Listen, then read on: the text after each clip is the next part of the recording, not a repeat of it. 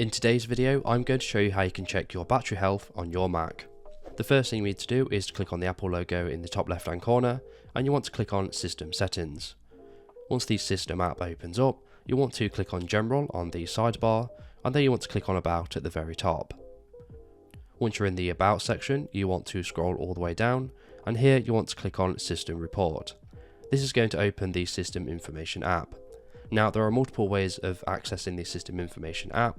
The first way is by clicking on the Apple logo in the top left, and you can hold the Option button and click on System Information.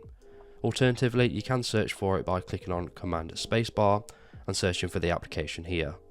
So once the System application is open, you want to click on Power in the sidebar, and here it's going to tell you more information about your battery health, where it says Health Information.